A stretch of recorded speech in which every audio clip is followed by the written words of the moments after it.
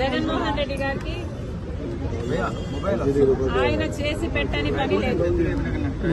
జగన్మోహన్ రెడ్డి గారు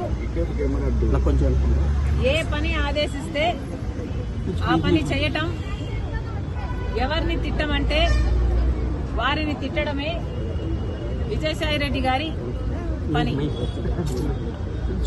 ఒక రాజకీయంగానే కాదు, ఆఖరికి వ్యక్తిగతంగా కూడా, నా బిడ్డల విషయంలో కూడా రాజశేఖర్ రెడ్డి గారి ఆశయం ఇది అని తెలిసి కూడా, రాజశేఖర్ రెడ్డి గారు ఇది కోరుకుంటున్నారు అని తెలిసి కూడా అందుకు వ్యతిరేకంగా మీడియా ముందుకొచ్చి అబద్దాలు చెప్పిన వాళ్ళు విజయసాయి రెడ్డి, చెప్పించిన వాడు జగన్మోహన్ రెడ్డి గారు.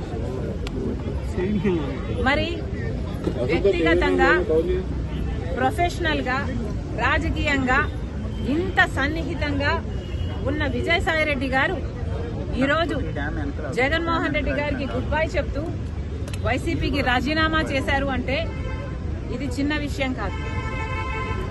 దీన్ని అర్థం చేసుకోవాలంటే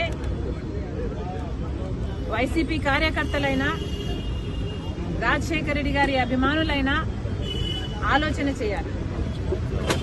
జగన్మోహన్ రెడ్డి గారిని ఈరోజు విజయసాయి రెడ్డి గారు లాంటి వాళ్లే వదిలేస్తున్నారు అంటే ఎందుకు వదిలేస్తున్నారు?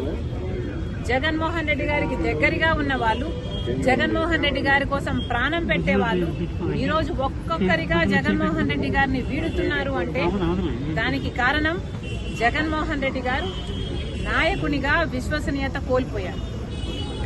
నాయకునిగా తన ప్రజలని, తనను నమ్ముకున్న వాళ్ళని కూడా తన దగ్గర ఉంచుకొని నమ్మకం కలిగించలేకపోతున్నాడు జగన్మోహన్ రెడ్డి గారు. కాబట్టే ఈరోజు రాజకీయంగా అయినా, వ్యక్తిగతంగా అయినా జగన్మోహన్ రెడ్డి గారు విశ్వసనీయత కోల్పోయారు. కాబట్టే జగన్మోహన్ రెడ్డి గారు నా అనుకున్న వాళ్ళంతా దూరం అవుతున్నారు.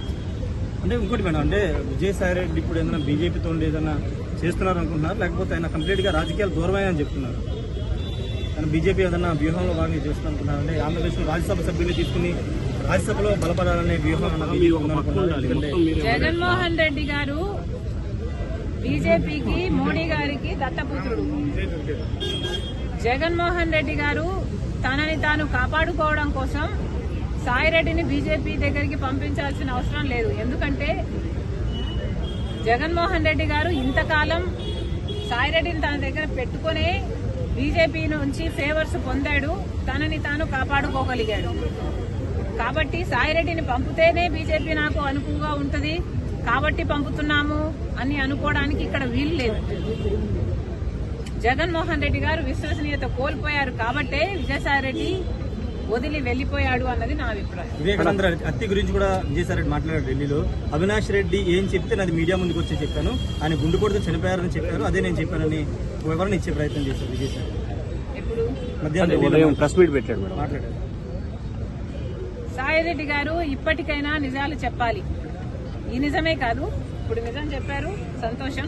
ఈ నిజమే కాదు, మీరు అబద్దాలు ఎన్ని అబద్దాలు చెప్పారో మీకు తెలుసు.